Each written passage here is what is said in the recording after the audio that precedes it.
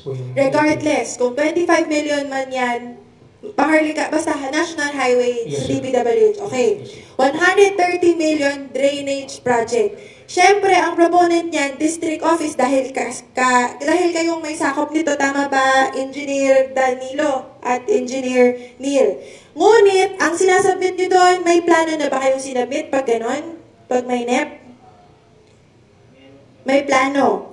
Pero, yung planong isinubmit ninyo, babagsak ulit sa implementing office, which is the regional office, tama ba? Pwede ko bang malaman, Engineer Job, sinunod niyo ba 100% yung plano na sinend ng district office? O nagkaroon din kayo ng variation, depende kung ano ang kaya, depende kung ano ang nakikita nyo nararapat base sa experience niyo at sa technical expertise ninyo? Bali, as per NEP, Mayor, ang scope of work doon is construction of drainage pipes. Okay. So, based doon, bali, gumawa kami ng survey and then nag-design based doon sa...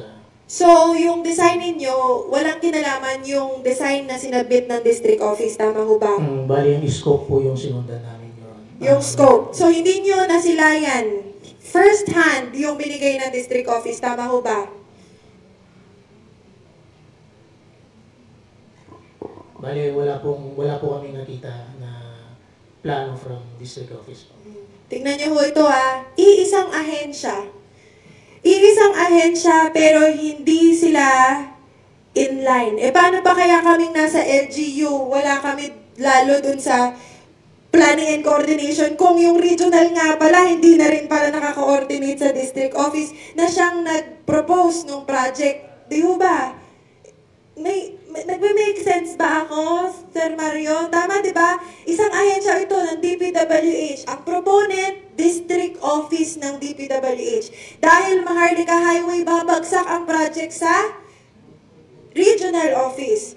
Ngayon, ang regional planning office, na tama naman, sila dapat ang gagawa. Wala rin naman palang nasilayan o nakitang plano na isinabit din ng district office na siyang proponent ng project na yun. Siguro, baka matignan din ng mga nasa legislative branch natin sa Congress. Kung ganito ho nangyayari, isang ahensya pa nangyari, all the more, kung sila in the blind, mas lalo kaming super blind dun sa naging basehan ninyo, sa computation ninyo, sa design ninyo, nung aming drainage project.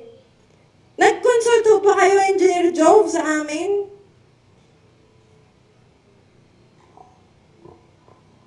Good afternoon, Mayor. Anong pangalan niyo ulit, Engineer Jake? Engineer Jake po. Okay.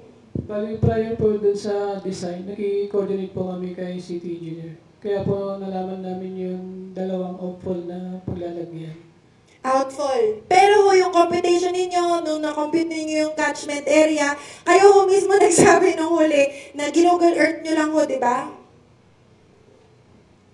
Yes, Yung 25 hectare, Google Earth ho, di ba? Yes po. Pero you can easily naman makikita sa Google Earth yun kasi may elevation po yun. Yun nga sir, Google Earth yung ginamit natin, kaya tayo lumabas doon sa 25 hectare na catchfall. Whereas kami, ang pinagpaprepare namin doon sa main drainage plan namin dito sa Santiago, dito sa city, ay 100 hectare.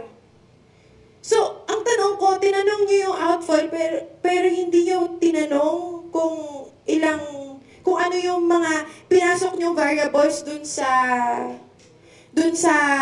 anong tawag doon? Formula na pinakita namin kanina, na sinasabi niyo 2.35 meter diameter. Anyway, alam niyo po, yung mga nanonood sa amin ngayon, hindi ho sila, ayaw nilang marinig yung ganito discussion kasi umiikot Paulit-ulit lang din naman yun yung gusto nila.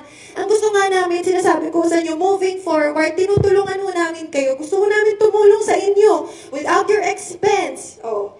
Kami na ho, ready kami na gumastos para lang maayos nyo yung drainage na ginawa.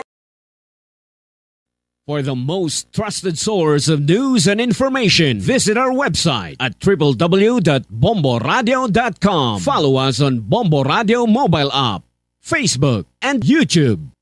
Like, share, and stay connected. Anytime, anywhere.